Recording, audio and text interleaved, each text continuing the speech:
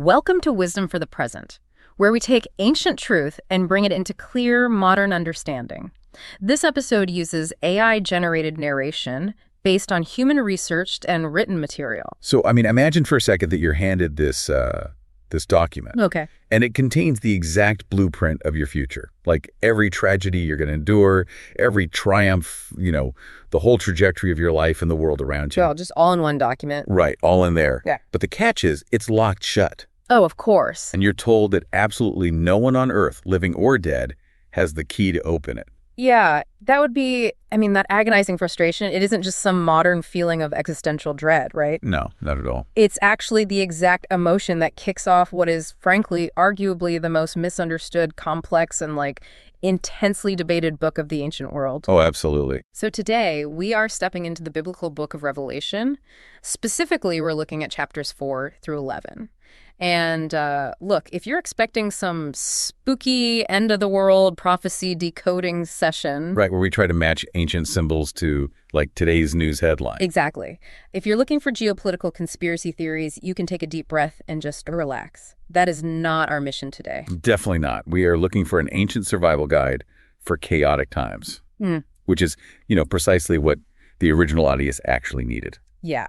So our goal for this deep dive is to extract practical wisdom from this incredibly dense text. We want actionable moral insights that you can apply to your modern life. And to do that responsibly, we aren't just, winging it. We're looking at the text itself using the World English Bible Translation. Right. But we're also pairing it with two monumental historical commentaries. We've got the meticulous 19th century historical and linguistic notes of Albert Barnes. Which are so incredibly detailed. So detailed. And alongside that, the deeply devotional 18th century commentary by Matthew Henry. Right. So those sources are basically going to serve as our guides as we navigate this wild landscape. Because it is filled with highly symbolic visions, bizarre creatures, cosmic upheaval, you name it. Yeah, it's a lot. And rather than just giving you a dry table of contents for today, think of this journey as a massive narrative arc. Okay. We're going to start by walking into the ultimate control room of the universe. Sounds intense. It is. From there, we'll witness the release of chaotic historical forces, which you might know culturally as the Four Horsemen. Ah, right. The famous horsemen. Exactly. Then we'll find ourselves in the eye of a massive storm, where identity and protection become paramount. So good. After that, we'll explore the incredibly bittersweet nature of internalizing hard truths. And finally, we'll look at the whistleblower's dilemma, the ultimate resilience of those who speak truth to power. It really is a staggering journey. So let's establish our footing here. Chapter 4 starts with John, the author, describing this incredibly vivid sensory experience. Yeah, it's overwhelming. Right. He says he's invited through an open door in heaven, and right away, the visual we get is just, it's a lot. He immediately sees a throne. And the transition there is just crucial to understanding everything that follows. We really have to consider John's reality before he walks through that door. The historical context. Yes, exactly. John is writing this while exiled on the island of Patmos. This is during a time of intense persecution for early Christians, likely under the Roman Emperor Domitian. So, not a great time to be alive for his community. No, his community is being marginalized, imprisoned, killed by this sprawling, seemingly invincible empire. The world feels entirely out of control to him. Right. So before John, or the reader, really is allowed to look at the chaos and the terrifying events that will unfold on Earth, he is first brought into a vision of supreme, unshakable order. He's taken out of that chaotic daily life and placed right in front of the locus of ultimate control. Precisely. And what's fascinating here is how the text deliberately avoids describing the one sitting on the throne with, human features. Right. No old man with a long white beard? No Zeus-like figure throwing thunderbolts. Okay. Instead, John struggles to find human language for it, so he describes the presence using the brilliance of gemstones. I love that detail. Yeah, he says the one on the throne looks like a jasper and a sardius stone, which is also sometimes called a sardine stone. And I found the notes from our sources on this specific detail absolutely fascinating because, you might read jasper and sardius and just think, okay, pretty rocks, whatever. Right, just some nice jewelry. Exactly. But Barnes and Henry both drill down into what these stones actually signified in the ancient world. They point out that the jasper in antiquity was described as this incredibly bright, vivid, often transparent stone. It wasn't dull or opaque at all. Right. It signifies the glorious, flawless perfections of God. It is pure, piercing light that just exposes everything. Wow. And then you have the sardine stone, which is this deep, blood-red gem. And Henry specifically notes that this red color signifies justice. That's a heavy symbol. It really is. It represents the attribute of a ruler who does not ignore wrongdoing, who gloriously exerts justice in the government of the world. So when you put those two together, you have this blinding light of absolute moral perfection combined with the deep red of unyielding, inescapable justice. I mean, just trying to visualize that, it's an intensely intimidating picture. It really is. It's a throne that demands ultimate accountability. It's intimidating, and it's deliberately so. It establishes absolute authority right from the jump. But the text doesn't just let the reader sit there in sheer terror. Thank goodness. Right. Immediately after describing the blinding light and the red justice, John says there's a rainbow completely surrounding the throne. And this rainbow looks like an emerald. Okay, wait, an emerald rainbow. Because think about the physics of a normal rainbow. Yeah. It contains the entire spectrum of visible light, right? Exactly. But this specific cosmic rainbow is dominated by a vibrant, soothing green. Oh, wow. And Matthew Henry provides this beautiful, enduring insight here. He notes that in this symbolic language, green represents the reviving, refreshing nature of the covenant of grace. It represents life and peace. That completely changes the tone of the room. It does. So amidst this terrifying display of pure light and red justice, and as we read a few verses later, there are lightnings and thunderings proceeding directly from the throne, there is this unbroken emerald circle of peace and promise. So the architecture of the vision is actually telling us something profound. Yes, it's saying the justice is very real and the perfection is blinding. But it is entirely encompassed, entirely encircled by mercy. You literally have to pass through the emerald rainbow of grace to even approach the throne of justice. I mean, that is just incredible. And we need to unpack this scene even more because the one on the throne isn't sitting there alone. No, it's a crowded room. Yeah, surrounding the central seat of power, there are 24 other thrones, and on them sit 24 elders. And they're clothed in white raiment. They have crowns of gold on their heads. Right. Now, my first instinct when I read apocalyptic literature is just to assume, everyone in the sky is an angel or some sort of celestial being. That's a super common assumption. But our sources are very clear that these elders represent humanity, or more specifically, the entirety of the church or humanity redeemed.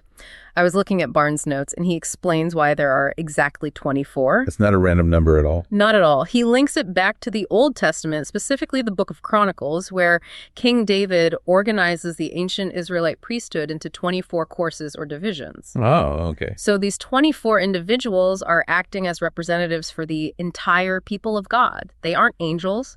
They are human beings who have basically made it through the brutal struggle of earthly life. And they're sitting down. Yes, which implies a state of honor, rest, and satisfaction. Imagine being John. You're facing exile and death, and you look up and see humans at absolute rest in the control room of the universe. The psychological comfort of that just cannot be overstated. It tells the persecuted reader, your ultimate destiny is not the arena floor or the prison cell. Right. It's a seated position of honor. But the ecosystem of this throne room gets even more complex. Positioned in the space between these seated elders and the main throne are 4 living creatures. Okay, here we go. Yeah, if you're familiar with the Hebrew scriptures, the imagery here borrows really heavily from the visions of the prophet Ezekiel. John describes the first creature as being like a lion, the second like a calf or an ox. Okay. The third has a face like a man, and the fourth is like a flying eagle.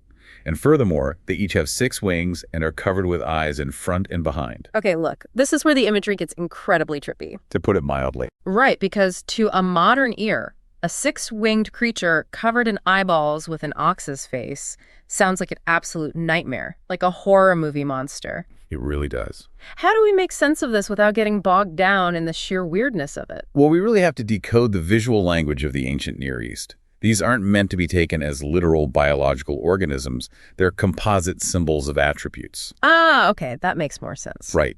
Matthew Henry synthesizes centuries of interpretation by explaining these creatures as representing the ministers of the gospel, or more broadly, the active forces of divine providence in the world. So they represent how God acts. Exactly. Each face represents a specific necessary virtue required to carry out the will of the throne. So the lion represents absolute courage and boldness, the ability to face danger without flinching. Makes sense. The calf, or the ox, represents patient labor, endurance, and diligence. I mean, an ox is an animal built for the long, hard work of plowing a field. Right, slow and steady. Then the man represents prudence, high intelligence, empathy, discretion. And finally, the eagle represents sublime action, swiftness, and a heavenly, elevated perspective that just sees the big picture. Okay, I actually love that breakdown, but what about the eyeballs covering them? Total vigilance. Ah. Complete awareness. Nothing escapes their notice. And the 6 wings denote the sheer speed at which they can carry out their tasks. So what you're looking at is not a monster. Right. It's a representation of how divine providence operates in the world. It is courageous, enduring, intelligent, swift, and completely aware of everything happening on Earth. Okay, so we've established this perfectly ordered ecosystem. You have the blinding perfection and justice, which is encircled by mercy. You have humanity seated at rest, and you have the forces of providence entirely aware and ready to act. It's a picture of absolute, unshakable control. It is. But then, right in the middle of this perfect heaven, a crisis occurs. In chapter 5, John notices a book, or a scroll, in the right hand of the one on the throne. And it's densely packed with information written on the inside and the outside. Right, no blank space. And it is sealed shut with 7 individual seals. Then a mighty angel steps forward and shouts with a loud voice, essentially asking, "Who has the authority, who is worthy to break these seals and open the book?" And the response is deafening silence. Total silence. No one can. Not in heaven, not on earth, not under the earth. No one is even allowed to look at it. And John's reaction to this is extreme. He writes, "I wept much because no one was found worthy to open the book." He is completely devastated. He sobs uncontrollably. Okay, wait, I need to stop you there because this is where I really struggle with John's reaction. Oh, yeah. Yeah, John is sobbing uncontrollably because a scroll won't open. I read this and initially thought it was incredibly melodramatic. It does seem like a lot. Right.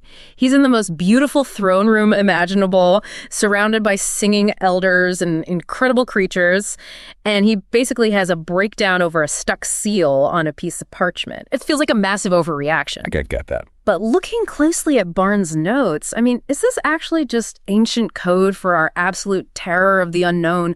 We just hate not being in control of the future. That is the exact underlying psychology of the moment.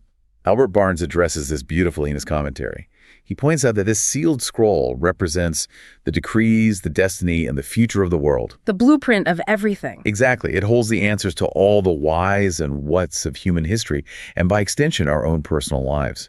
Yeah. Barnes notes how deeply natural it is that the human mind is borne down with heaviness because we cannot penetrate the future. Think about it. What changes will we experience? Right. What's going to happen tomorrow? What trials are coming for our children? Will this political turmoil destroy us? All our greatest interests, our deepest loves, and our worst fears reside in the future, yet an impenetrable veil hides it from our view. That is so true. So John's tears aren't about a physical book. Yeah. They represent the agonizing, universal frustration of human limitation. We want to tear the seals off the future so we can control it or, at least brace ourselves for the impact. Yes. But we can't. We are entirely powerless to open the scroll of our own lives. That makes John incredibly relatable. He is feeling the exact same anxiety we feel waiting for, like biopsy results or watching the economy teeter or just trying to figure out where our lives will be in 5 years. It's that exact same dread. And just as he is weeping, one of the 24 elders leans over and tells him to stop crying. He says, "Behold, the Lion of the tribe of Judah, the root of David, has overcome to open the book." Such a dramatic buildup. It is. So John turns around, naturally expecting to see a ferocious, roaring lion, right? A conqueror. But instead, what does he see? A lamb.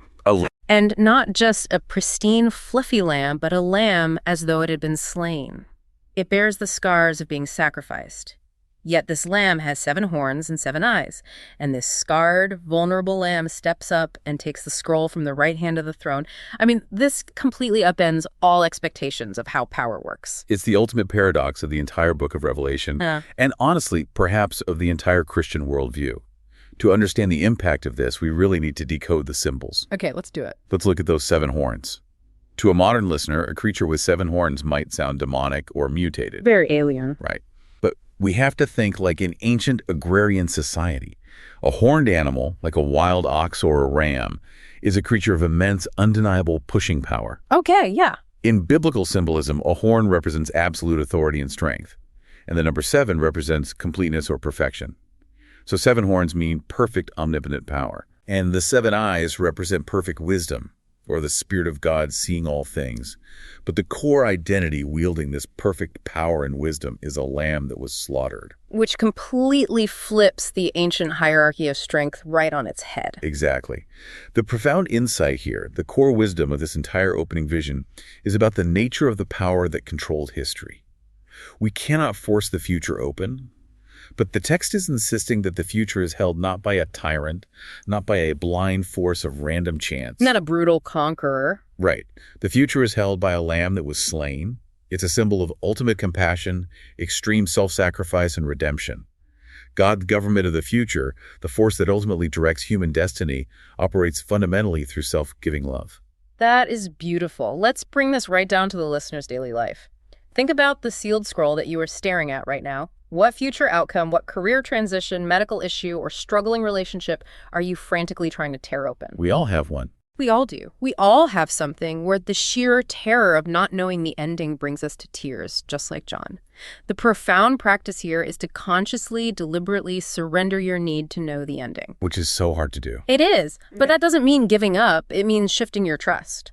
It's about trusting that the overarching narrative of your life, the hands that actually hold your future, are characterized by grace and sacrificial love, not arbitrary cruelty.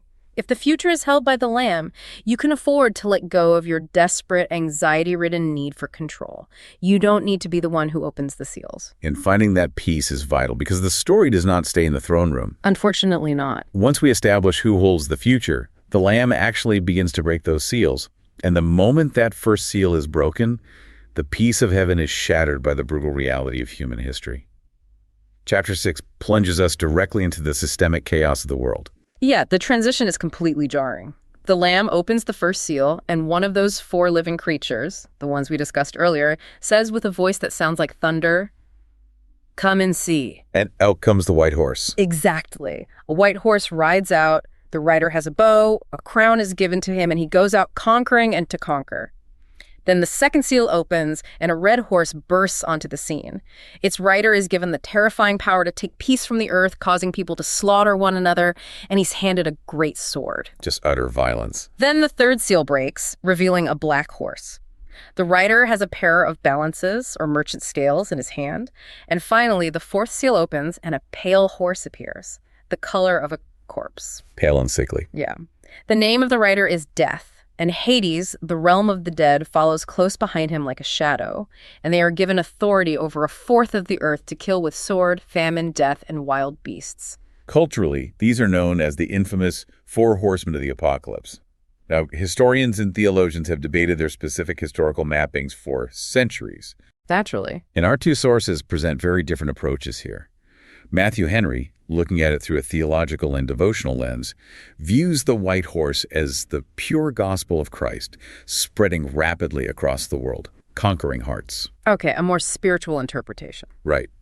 But Albert Barnes takes a strictly historical approach, viewing these horses through the lens of the Roman Empire's history. Ah, okay. Barnes sees the white horse as representing a specific period of prosperity and triumphant conquest in the Roman era, which was inevitably followed by the red horse, representing the bloody, devastating civil wars that tore the empire apart. Which makes sense historically. It does, and that civil war led directly to the black horse, which Barnes identifies as a period of oppressive taxation, scarcity, and agricultural collapse. And finally, the pale horse represents the wide-wasting pestilence, plague, and death that naturally follow war and famine. Regardless of whether you map them to specific Roman emperors or view them as recurring historical cycles, The psychological and societal realities they represent are universally recognizable. We see these cycles repeatedly throughout human history. Definitely. But I want to spend some serious time on the black horse of famine, because the text gives us a very specific detail here that is chillingly relevant today. Oh, the economic detail. Yes. When the black horse appears, John hears a voice from the throne room saying, "A konix of wheat for a denarius, and 3 konix of barley for a denarius. Don't damage the oil and the wine." That is one of the most profound economic statements in ancient literature. And to really understand it, we need to know the exchange rate of the first century. Right. So for context for you listening, a konix was a dry measure, roughly equivalent to a quart. It was generally considered the absolute minimum amount of grain required to keep one working man alive for one day. Just bare survival. Just survival. And a denarius was the standard silver coin that represented an entire day's wage for a common laborer. Okay, so the math there is brutal. It's awful. If we translate that math, the voice is saying that basic survival bread becomes exorbitantly expensive. You have to work 12 grueling hours in the sun just to buy enough plain wheat to keep yourself alive until the next morning. Nothing left over. Absolutely nothing left over to feed your spouse, your children, or to save for the future. You are trapped in a cycle of subsistence labor. If you want to feed your family, you have to buy the cheaper, less nutritious barley, and even then, you're barely scraping by. It describes a state of severe economic distress and crippling inflation. But the truly devastating part of that proclamation is the second half of the command. Don't damage the oil and the wine. Now, why does that matter? Yeah, why? Well, in the ancient Mediterranean economy, basic grains like wheat and barley were the staples of the poor. But olive oil and wine, especially high-quality vintages, those were the luxuries of the wealthy elite. The wealthy owned the vast vineyards and olive groves. So what this voice is describing is an economic system where the poor are starving, carefully weighing out their daily bread on scales out of sheer desperation, while the wealth, the assets, and the indulgences of the elite remain completely untouched by the crisis. That is so dark. It is. The black horse isn't just about a bad harvest or a lack of food. It's a vivid depiction of profound systemic inequality. It's an economy that crushes the vulnerable while insulating and protecting the privileged. You know, it's easy to look at the black horse of famine as ancient history, but look at your grocery receipts today. Think about modern economic crises. When inflation hits, who suffers first? It's the hourly worker. Always. The cost of basic necessities, eggs, bread, rent, the modern tunics of wheat, skyrockets and eats up an entire paycheck. But meanwhile, corporate profits soar, and the stock market portfolios of the elite, the modern oil and the wine, remain completely secure or even grow. It's the exact same dynamic. It is. You are living in the shadow of the black horse. The text is showing us that economic exploitation isn't a modern invention. It is a recurring plague of human history. And that systemic exploitation leads directly to the tragedy of the fifth seal.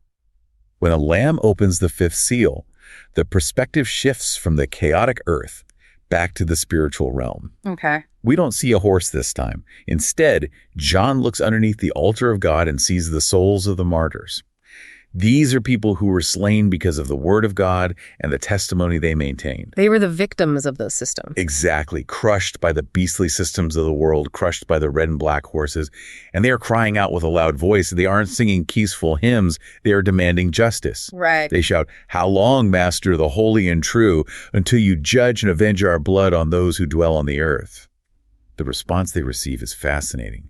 They aren't told they are wrong for wanting justice. That's important. Instead, they are each given a white robe and told to rest a little longer until the full number of their fellow servants, who would also be killed, is complete. It's a really sobering reminder that speaking truth in a broken world often carries a lethal cost, but their cry for justice does not go unanswered. Because then comes the sixth seal, and this is where we see total cosmic and societal collapse. It's intense. It reads like the ultimate disaster movie scenario. There is a massive, world-shaking earthquake. The sun becomes black as sackcloth, the moon turns a deep blood red, and the stars fall to the earth like unripe figs being shaken from a tree in a violent windstorm. Just total unmaking of reality. Yeah, The sky itself splits and rolls up like a scroll, and every single mountain and island is ripped out of its place. But what is truly striking is the societal reaction to this collapse. The text says that the kings of the earth, the great men, the rich, the military commanders, the strong, as well as every slave and free person, literally everyone, completely collapsing the social hierarchy, they run in sheer terror. They hide themselves in the caves and the rocks of the mountains. And as they're hiding, they scream out to the mountains and the rocks, "Fall on us and hide us from the face of him who sits on the throne and from the wrath of the Lamb." Okay, I have to pause here, because this phrase, the wrath of the Lamb, is a massive obstacle to growth for a modern listener. It really is a stumbling block for a lot of people. We want a spirituality that is entirely affirming, peaceful, and therapeutic.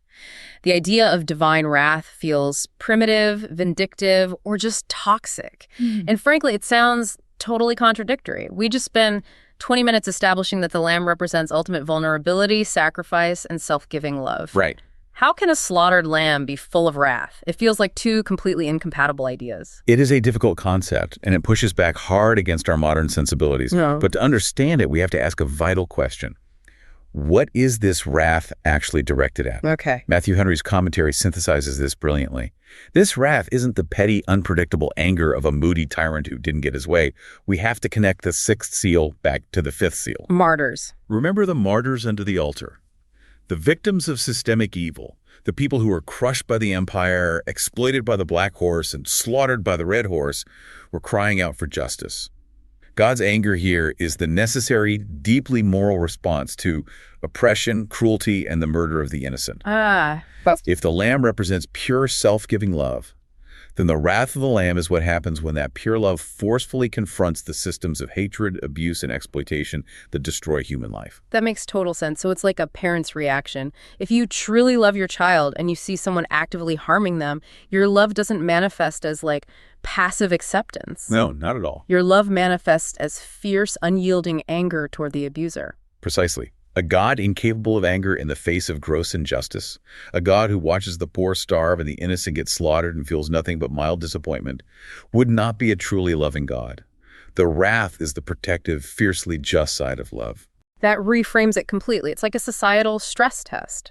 When I first read about these horsemen and the collapsing sky, my original thought was that God is up in heaven, breaking seals to invent new evils to hurl down at the earth as punishment. Very common reading, yeah. But listening to you explain Barnes and Henry, it's more like the breaking of the seals simply unleashes and reveals the cracks that are already present in human nature. Yes. Exactly. God isn't inventing war or economic exploitation or the persecution of the marginalized.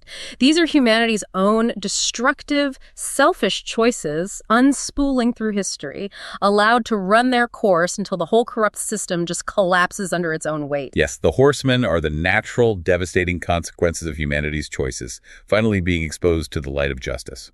So when we translate this to our modern reality, you and I are constantly bombarded with news of war. We see the red horse riding in geopolitical conflicts. We deal with crippling inflation, corporate greed, and economic anxiety. We feel the breath of the black horse. We certainly do. We've all recently lived through a massive global pandemic. We know the pale horse intimately. When global or personal crisis hits, what is your reaction? Do you panic? Do you metaphorically hide in the caves, let despair take over, and assume the world is just a meaningless void of suffering? It's a natural temptation. It is. Or do you look for the white horse? Do you look for the enduring truth, the purity, and the goodness that rides alongside and ultimately outlasts the chaos? Because the deeply practical claim of this text is that even as the other horses ride and trample the earth, the ultimate final victory belongs to the one who rides in righteousness. Which brings us to a moment of profound psychological and spiritual necessity in the text. After the terrifying societal collapse of chapter 6, the listener, much like John himself, is likely feeling completely overwhelmed. Definitely. The 6th chapter ends with a terrifying question shouted by the terrified people hiding in the caves. The great day of his wrath has come, and who is able to stand? It's a cliffhanger of despair. It really is. But chapter 7 provides the answer to that question. It serves as the eye of the storm. It focuses entirely on identity and preservation. The text actually anticipates our overwhelm and hits the pause button on the cosmic destruction. The pacing of the narrative here is truly brilliant. Just as you think the whole world is going to be pulverized, chapter 7 opens with a sudden stillness. John sees 4 angels standing at the 4 corners of the earth, holding back the 4 winds. A sudden calm. Right. And in ancient cosmology, the 4 winds represented the chaotic, destructive forces of nature blowing in from the edges of the map. And these angels are specifically ordered to hold the winds back so that not a single breeze blows on the earth, the sea, or the trees. Total silence. Then another angel ascends from the east, holding something incredibly important. The seal of the living God. He shouts with a loud voice to the 4 angels, commanding them, "Don't harm the earth, neither the sea nor the trees, until we have sealed the bondservants of our God on their foreheads." We really need to unpack this concept of the seal, because it is rich with ancient meaning. In antiquity, a seal wasn't just a decorative stamp. Like a wax seal. Yeah, whether it's a wax seal in a royal decree, a physical brand on livestock, or the imperial seal of Rome, it was a mark of ownership, authenticity, and absolute protection. If a document or a person bore the king's seal, they were untouchable by lower authorities. They belonged exclusively to the sovereign. That's a powerful image. Here, the seal isn't a physical tattoo on the skin. It is a profound spiritual reality. Barnes points out in his commentary that the winds of destruction were held back specifically to give time to designate who belongs to God. It shows that in the midst of impending ruin, before the storm hits, God interposes to secure the safety and identity of his people. That's incredible. And the text first numbers this sealed group as 144,000, drawn symmetrically from the 12 tribes of Israel. But then, almost immediately, the vision completely blows past those boundaries and zooms out. John looks again, and the numbers absolutely explode beyond calculation. He sees a great multitude which no man could count. A massive crowd. And they aren't just from one ethnic group or one region. They are from every single nation, tribe, people, and language on earth.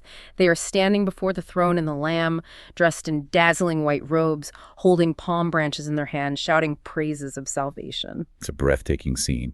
And one of the 24 elders turns to John and asks a rhetorical question. Who are these people in white robes, and where did they come from? Testing him, almost. Exactly. John, clearly overwhelmed, defers to the elder, essentially saying, "Sir, you know the answer, I don't." And the elder explains that these are the ones who have come out of great tribulation or immense suffering. Then we get another one of those staggering, mind-bending paradoxes that Revelation uses to force us to think differently. Right. The elder says they washed their robes and made them white in the Lamb's blood. Which makes zero sense in the physical world. If you take a white linen garment and wash it in blood, you ruin it. It turns a rusty, stained brown. Exactly. But in this symbolic moral landscape, it is the sacrifice of the Lamb, that ultimate act of pure giving love and suffering we discussed earlier, that purifies. It is the blood of self-sacrifice that washes away the stains of a violent, corrupt world and makes the garments dazzlingly white. And the promises given to this unnumbered multitude are arguably some of the most beautiful and comforting words ever written in human literature. You really are. The elder tells John that these people are now before the throne of God, serving day and night. And the promises are a direct reversal of the horrors of the horsemen. The text says they will never be hungry again and they will never be thirsty again. Reversing the black horse. Yes. The scorching heat of the sun won't beat down on them. The Lamb, who is in the center of the throne, will act as their shepherd and lead them to springs of living water. And finally, God himself will wipe away every single tear from their eyes. It is a complete restoration of humanity. If we looked for the comparative insight here, this chapter speaks to a deeply universal human need. In a world that feels like it's constantly tearing itself apart, knowing who you are and whose you are provides the ultimate psychological and spiritual armor. It really does. This parallels certain ancient philosophies, like the Stoic idea of building an inner citadel. The Stoics believed you had to build a fortress of the mind that external circumstances, poverty, exile, disease, could not breach. Right, Marcus Aurelius stuff. Exactly. Right. But there is a massive, crucial difference here. The Stoic fortress is built entirely on sheer willpower, self-reliance, and emotional detachment from the world. It's all on you. Right. The seal, described in Revelation, is an inner fortress built entirely on divine love, belonging, and redemption. You are safe not because you are mentally tough enough to withstand the wind, but because you are marked as belonging to the one who commands the wind. I absolutely love that distinction. So how do we practically apply this today? The winds in this ancient vision represent the destabilizing forces of modern life. That could be massive cultural shifts that leave you feeling alienated. It could be a sudden economic downturn, a brutal corporate layoff, a devastating medical diagnosis, or the betrayal of a close friend. The winds will inevitably blow. The winds will blow. The question is, when those winds threaten to flatten your life, do you have a seal? What is your unshakable core identity? What is the value system that protects your mind when chaos hits? That's the real question. The world is constantly demanding your allegiance. It tries to define your worth by your bank account, your job title, your social media following, or your political affiliation. When the world tries to brand you with its labels, you have to remind yourself of the core truths that mark your forehead. You need to know that your ultimate identity is secure, loved, and protected by grace. You have to know who you belong to before the storm hits. And that secure, internalized identity is absolutely vital because the pause in Chapter 7 doesn't last forever. The winds are eventually let loose. Back into the chaos. Yeah. And that brings us to the collapse of corrupt institutions and the agonizing process of internalizing truth, covering Chapters 8 through 10. With our identity sealed and protected, the narrative returns to the scroll in the Lamb's hand. The seventh and final seal is finally opened. Okay, what happens? Well, after all the earthquakes and falling stars of the sixth seal, you might expect a massive, universe-ending explosion. But instead, the text says there is silence.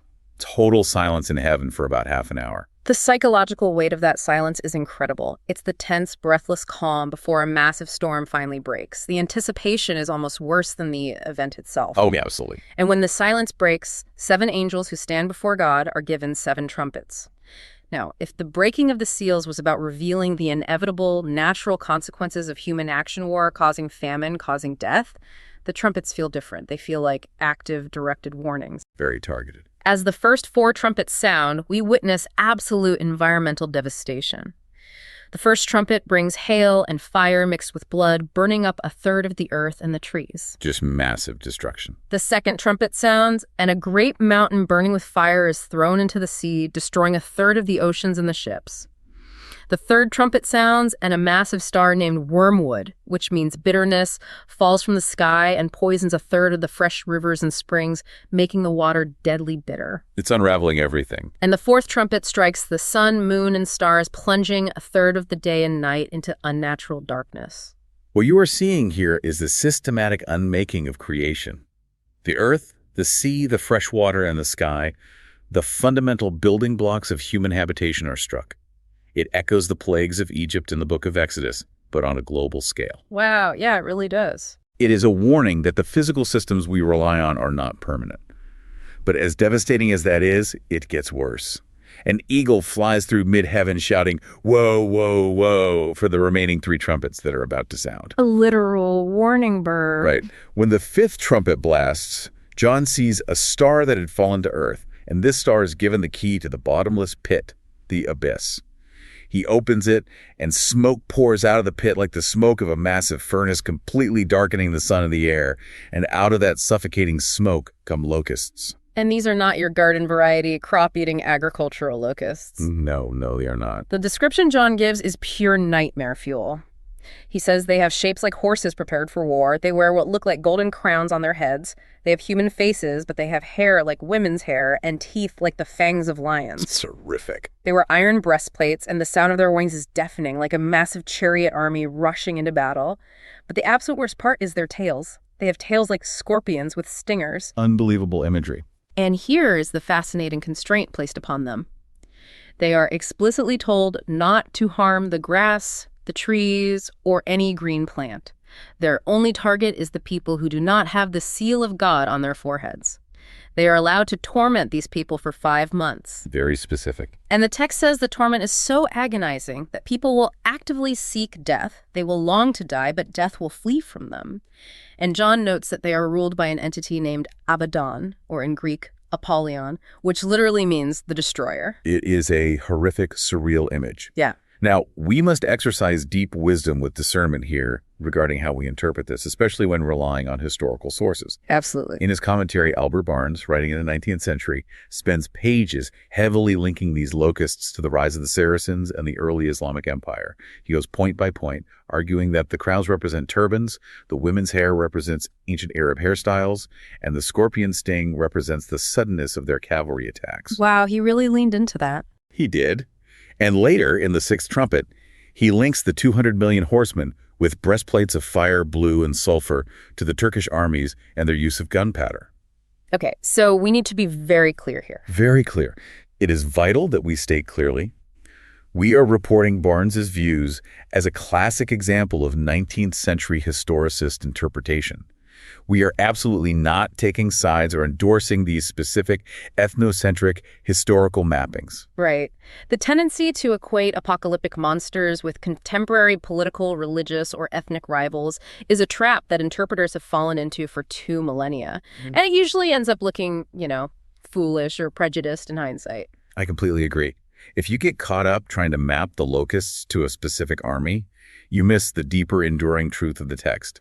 And if you look closely, the end of chapter 9 actually hands us that underlying principle. Oh. After the sixth trumpet sounds, where this massive army of strange horsemen kills a third of mankind, the text tells us exactly how the survivors reacted. It's deeply depressing. What do they do? It says the rest of mankind, who were not killed by these plagues, didn't repent. They didn't repent of the works of their hands. They continued worshiping demons and idols of gold, silver, brass, stone, and wood, things they can't see or hear or walk.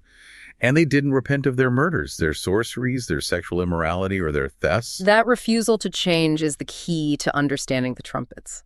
The demonic locusts and the monstrous horsemen symbolize destructive, consuming ideologies. No matter what era they appear in, whether in the ancient world, the 20th century, or today, these destructive forces swarm and torment a society that absolutely refuses to repent of its material idolatry. Spot on.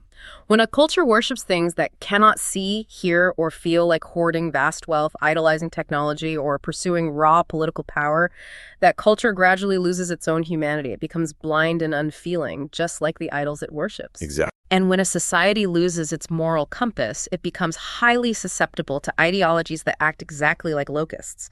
They swarm, they sting, and they deeply torment the very people who embrace them. The physical devastation described in the trumpets is a manifestation of an underlying, unaddressed spiritual and moral rot. That brings us to chapter 10, where the grand, sweeping narrative takes a really strange, intimate, and highly personal turn. John sees another mighty angel coming down from the sky. This angel is wrapped in a cloud, has a rainbow over his head, a face shining like the sun, and legs like pillars of fire. Another imposing figure. Very. This being has his right foot planted on the sea and his left foot on the land, which visually demonstrates absolute global dominion. And in his hand, he holds a little open book. Okay. A voice from heaven tells John to go and take the book from the angel. So John walks up and asks for it. And the angel says something completely bizarre. He says, "Take it and eat it. It will make your stomach bitter, but in your mouth it will be as sweet as honey." And John, remarkably, does exactly that. He takes the little book and eats it. He reports that it tasted as sweet as honey in his mouth, but as soon as he digested it, his stomach turned violently bitter. Immediately after this, he is told he must prophesy again about many peoples, nations, languages, and kings. He has a job to do. He does. But I have to say, the visual of a man eating a book is a bizarre, almost grotesque metaphor. Yeah. How are we supposed to relate to this today? Are we just talking about the ancient equivalent of doom scrolling? Doom scrolling. Yeah, sitting on the couch consuming hours of terrible news about the state of the world until it literally gives you a stress ulcer. That's a really clever analogy, and it touches on the anxiety aspect, but the metaphor of eating the book goes much deeper than doom scrolling. Doom scrolling is essentially passive anxiety. You chew on bad news, but you never really swallow it or do anything about it. It just paralyzes you. That's true. Eating the book, in the biblical prophetic tradition, which echoes the prophet Ezekiel again, means actively, deeply internalizing truth. It's metabolic. The book John eats contains the profound, often difficult realities of God's justice, the world's rebellion, and the future of humanity. Okay, I see. Matthew Henry points out in his commentary that the knowledge of future things, or the discovery of a new truth, is inherently sweet to the human mind. We love to learn. We love the thrill of gaining a new insight or having an aha moment where suddenly the pieces of the puzzle fit together. That intellectual discovery tastes sweet as honey. But then, But when we truly digest that knowledge, when we realize the gravity of the world's suffering, the reality of judgment, and the heavy moral responsibility that this new knowledge places on us, it becomes incredibly bitter in our gut. because digestion changes you. Your body breaks down what you eat and turns it into your actual cells. It becomes part of you. So practically speaking for you listening today, what does it mean for you to eat the little book?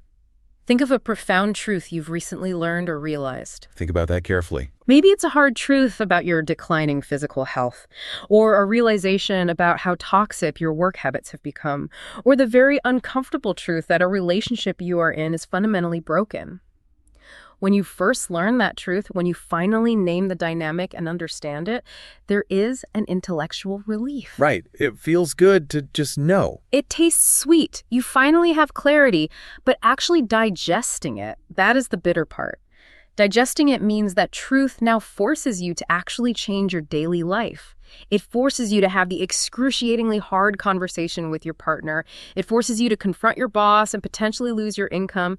It forces you to dismantle your comfortable worldview to align with reality. It's painful work. The practice here is to acknowledge the bitterness required to actually implement the truth you've consumed. Don't just read the truth. Don't just agree with it intellectually. Let it reconstruct you from the inside out, even when it makes your stomach churn with anxiety. And that metabolic process leads perfectly into our final theme. Because once you have eaten the bittersweet truth, once it is a part of your cells, you cannot stay silent. You can no longer just be an observer. The natural, inevitable consequence of digesting the scroll is that you must become a witness to what it says. Right. This brings us to the climax of our deep dive today, Chapter 11, and the story of the two witnesses. This is where we see the ultimate cost and the ultimate resilience of speaking truth to power. Chapter 11 begins with John being handed a measuring rod that looks like a staff. He is told to measure the temple of God, the altar, and count the worshippers there. But he is explicitly commanded to leave out the outer court of the temple. Don't measure the outside. Right. He's told not to measure it because it has been given over to the nations who will trample the holy city underfoot for 42 months. Then a divine voice says, I will give power to my two witnesses, and they will prophesy 1,260 days clothed in sackcloth. We need to decode the symbolism here too. The act of measuring the temple is highly significant. In the ancient prophetic tradition, going all the way back to Zechariah, measuring something means claiming it, protecting it, and evaluating it against a divine standard. Okay. The inner sanctuary, representing the true, faithful core of believers, is measured and protected. But the outer court, the visible institutional structure, is left unmeasured. It is given over to chaos and corruption for a specific limited period of time.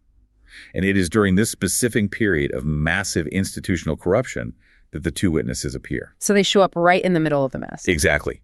Barnes and Henry interpret these witnesses not necessarily as two literal individuals, but as representing the faithful few who maintain the truth during long, dark periods of systemic corruption. They are described as two olive trees and two lampstands standing before the Lord of the earth. I see. This symbolizes that they are the continuous source of spiritual light, truth, and conviction in a world that has embraced darkness. And these witnesses are definitely not defenseless. They aren't just politely suggesting people change their ways. The text says that if anyone tries to harm them, fire comes out of their mouths to devour their enemies. Pretty solid defense mechanism. Yeah, I'd say so. They have the power to shut the sky so that it doesn't rain a single drop during the days of their prophecy. They have power over the waters to turn them into blood, and they can strike the earth with every kind of plague as often as they want. If you know your biblical history, this sounds exactly like they possess the combined superpowers of the Old Testament giants. Elijah, who called down fire and stopped the rain, and Moses, who turned the Nile to blood and brought plagues on Egypt. That is exactly the connection the text wants you to make. It signifies that the testimony of these witnesses carries the full weight, power, and authority of the entire prophetic tradition. They are untouchable while they are doing their work. But only while they're working. Right. But their invincibility only lasts until their mission is complete. The text takes a dark turn. It says, when they have finished their testimony, the beast that comes up out of the abyss will make war with them and overcome them and kill them. The brutal, oppressive system, the beast finally manages to silence the truth-tellers. And the aftermath is incredibly gruesome and psychologically revealing. Their dead bodies are left lying unburied in the street of the great city. The text clarifies that this city is spiritually called Sodom and Egypt, where also their Lord was crucified. So it represents every corrupt, oppressive human system rolled into one. All of them combined. The people, tribes, languages, and nations of the world look at their dead bodies for 3.5 days and absolutely refuse to let them be placed in a tomb. It's a public humiliation. But it gets worse. Those who dwell on the earth actually rejoice over their deaths. They celebrate, they're glad, and they even send gifts to one another, just like we would on a major holiday, because these two prophets had tormented them with the truth. That single sentence, rejoicing because the prophets tormented them, is a profound psychological observation about human nature. Truth is very often experienced as a torment by those who are deeply invested in a lie. Wow, yeah. When someone exposes the corruption you are benefiting from, you don't feel grateful, you feel attacked. Now again, applying wisdom with discernment to our sources, both Matthew Henry and Albert Barnes, writing from their specific historical contexts as post-Reformation thinkers, interpret this beast and the death of the witnesses as the papal oppression of the Protestant Reformation. Ah, another specific historical mapping. Exactly. They saw the great city as Rome and the silencing of the witnesses as the martyrdom of early Protestant reformers. Once again, we impartially report this commentary as historical context without endorsing the sectarian attack, because focusing too heavily on a 16th century European conflict misses the much larger point. The universal truth. Yes. The universal truth here transcends any single historical event. The reality that John is exposing is that standing up to powerful, corrupt systems, whatever the beast happens to look like in your specific era or industry, very often results in temporary defeat. The world will routinely, enthusiastically celebrate the silencing of truth-tellers. It is the ultimate whistleblower dilemma. Let's translate this to a modern scenario. Imagine you speak up about a deeply toxic corporate culture. You blow the whistle on corrupt accounting practices, or you call out a pattern of abuse by a charismatic leader in an institution. You are the witness in sackcloth. What usually happens... It rarely goes well. Do they? Thank you. Rarely. You get fired, your reputation is dragged through the mud on social media, you are sued or silenced with NDAs, and the management team that fired you, the people who are protecting the corruption, throw a pizza party on Friday to celebrate you being gone. Just like the festival in the text. Exactly. The office sends gifts of relief to one another. You look completely defeated, lying metaphorically dead in the street for everyone to see. Your career is over and the bad guys won. It is an incredibly apt, painful, modern translation of this ancient dynamic. And it's exactly what Henry describes in his commentary when he talks about the world throwing parties over dead prophets. It's the psychological relief of silencing a guilty conscience. Right. The corrupt system thinks it has won. But what the whistleblowers don't realize in that agonizing moment of defeat is that the story does not end in the street. Because after 3.5 days of gloating, the text says the breath of life from God enters the witnesses.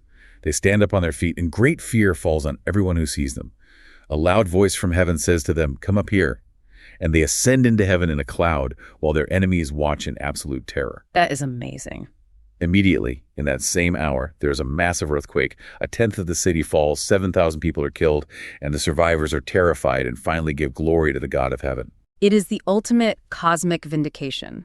The resilience of truth is staggering. Truth can be killed, it can be mocked, it can be fired, legally silenced, and left to rot in the street for everyone to laugh at.